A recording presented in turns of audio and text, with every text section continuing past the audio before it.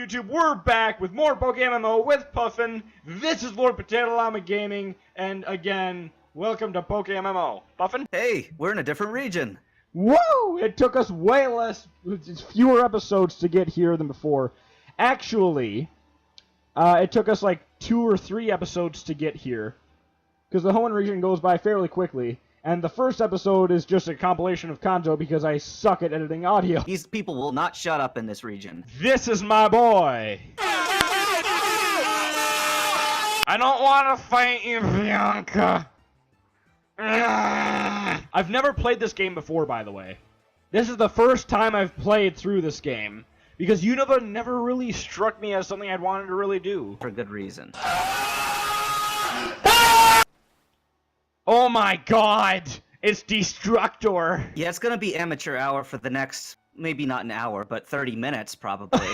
This entire episode is amateur hour, guys. Like, did you know that if you have a Pokemon in your party, you can battle other people's Pokemon with it? Yeah, of the 3 regions, this is the one that you'd be best off with when you're smoking weed. Oh, okay. So, I do not like Bianca at all, and it'll become apparent why very quickly. My first impression of Bianca is she is late to come and pick up her Pokemon and pretty much make me and Charon wait, even though I don't really know Charon.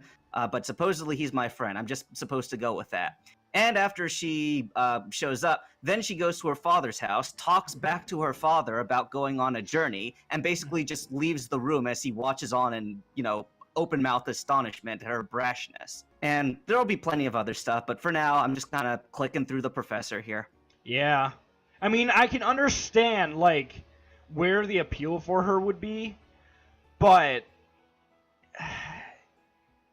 you don't get enough time to get to know a character. That's the thing. It's all story, and you don't get to know any of the characters personally. Whereas, like, Sun and Moon, that's really dialogue-heavy. Just like this region, there's a ton of storyline, but you get to know some of the characters, and you sympathize with some of them. That's the difference. See, I kind of get that difference now that you brought it up here. I didn't really think about it that much, but with this game, I get to know the characters, but I just can't make myself like the characters. Well, yeah, and like, that's like, I know I keep comparing it to Sun and Moon, but it's because they're so similar. That's like Lily in Sun and Moon. You get to know her really well. And she's very well intertwined with the story, but she's also her own entity. And you can see her character development throughout the game. These guys have no development. And if it is, then it's just straightforward, like, in your face. Yeah, this character changed this way. Okay, but how, though? It just... There's no flow to character growth. And that's one of the main things that deters me. And here's another thing about this particular region. So here's what we are, okay? This is what we are, right here. This is the perfect example. See that gap that we're about to walk in the middle of? Mm-hmm. We are here to fill in a gap, okay? So we are not special in the slightest. That gap can be filled by any old asshole who plays this game, okay? But we're just here to fill in a gap and then just sit around while everybody else, like, goes through the story.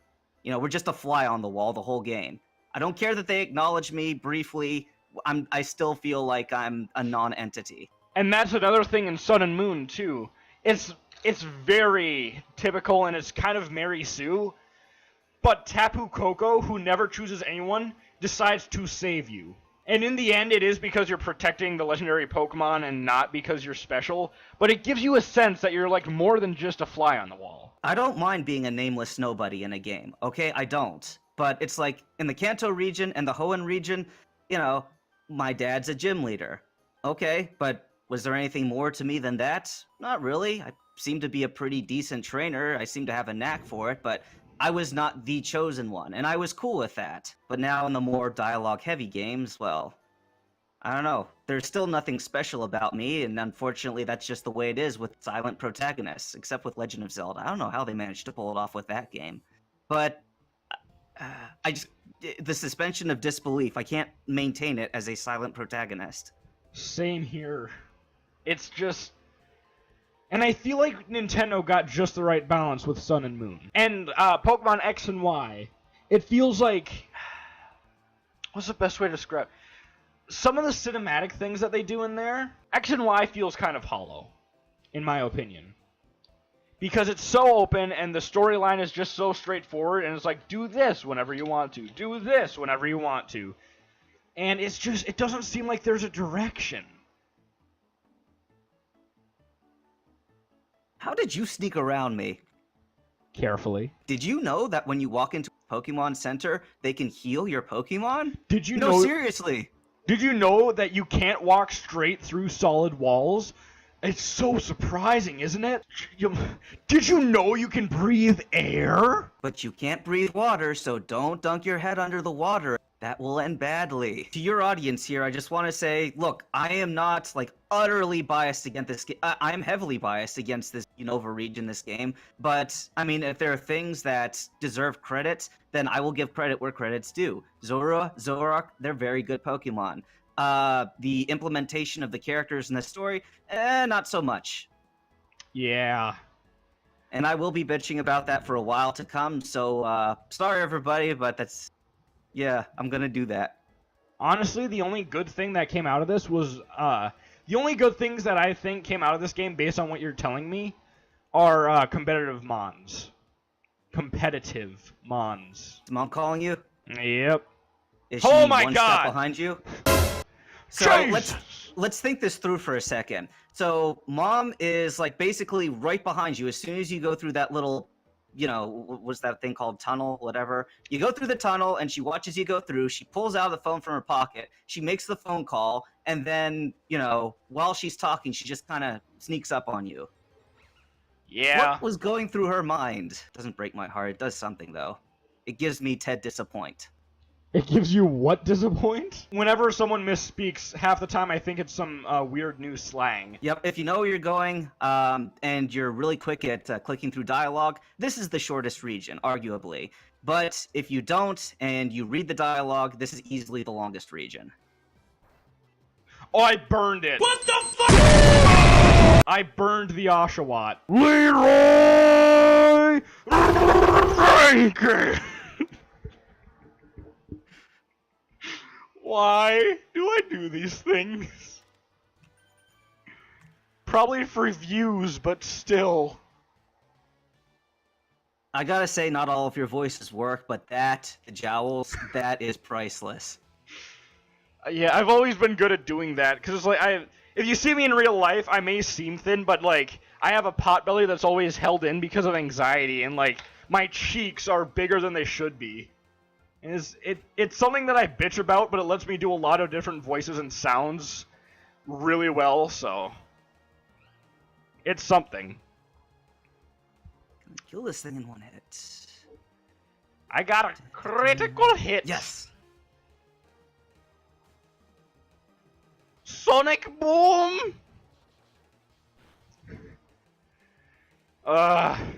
Just you should die. play the Sonic CD theme song every time you say Sonic Boom. I'm gonna play the Sonic Racers theme. Why does this game exist? I will say I like the badge animation though. Yeah, it's pretty. Too bad it's phallic. An attractive woman bringing a 10-year-old up to her room. And you think it's gonna be one thing, but then you see this, and you wonder if she's a witch. I remember distinctly, towards the beginning part of Sun and Moon, there is this big city you'd walk into, right? And you'd be like, oh, cool, a giant city. I'm going to look around, take in the sights. But then, like, right at the beginning, there'd be a guy with a camera, and he'd say, here, come over here. And I'm thinking in my mind, no, I don't want to come over there. Oh, yeah. Yeah, I do. So, right, and so then I'd have to take pictures of a Pikachu in the grass or something. It's like, I don't want to take pictures. I don't want to play Pokemon Snap. I came here to play, you know, fighting animals, but... I came here to beat the shit out of wild animals with more wild animals. Yes, exactly. I don't want to take pictures of them. I want to commit violent acts to them. So, I want to do unspeakable things to them. No! No! No!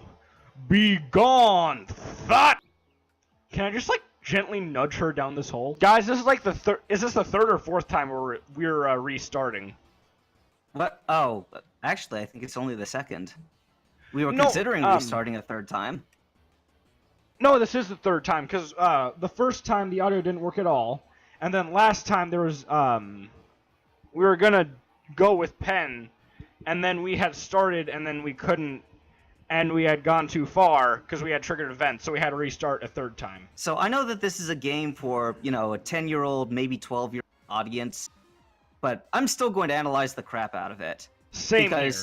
Because it is totally possible to make something clever for both adults and children to enjoy. Monsters Incorporated did it. A bunch of various Disney films managed to do it. Surprisingly, more recently, Zootopia did that, which I am very shocked about. So, you know, it's like, if this game, a game this popular, Pokemon, doesn't do that, or does it very sparingly, well, then I'm still going to be very critical, because it's supposed to be, you know, a top-tier game. I think we just spent 25 to 30 minutes looking for the last team member. So this is the third battle we've now had with Charon. The first time he's like, wait a second, our Pokemon are the same level, so how come I was the one who lost? Then the second time you're in this school and he's like, huh, it's curious, I lost again. Now the third time he's like, I'm gonna win this time. Oh yeah, sure, for sure, definitely. No, you're not. So let's keep a tally of how many times Charon fights us. I think Bianca fights the same amount, by the way, but it's like, Charon does not learn his lesson. Not in the least. Please don't kill me with a shockwave. This is gonna hurt! 3 HP. Holy crap on a cracker.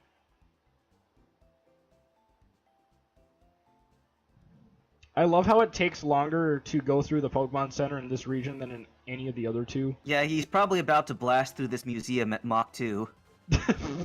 We are supersonic racing, gotta get our feet up off the ground. I am the worst person. Heaven's speed won't go high. It's that fast food. That's what I should nickname it, fast food. Oh, that went over my head for a second, and now I feel embarrassed. Epic is evolving. Oh, Blaziken, fighting type, fire type, and the region after that had Infernape, which is a fire type, fighting type. You know what this next starter needs? Fire type, fighting type. Why is there a Dragonite skeleton in the middle of a museum? I don't know, but it's the fattest skeleton I've ever seen. Pokemon Gym Special here. A very strong and kind gym leader happens to be in there, who is my wife, and that's why I said it, because if I say anything else, she will probably kick my ass. Ah! I don't want to fight you. I said no just to be an a-hole, but yeah, either way, she fights you. So there's yet another yes or no decision that makes no difference. Let's use Overheat. Yeah, Intimidate. Lovely. Alright. Just die.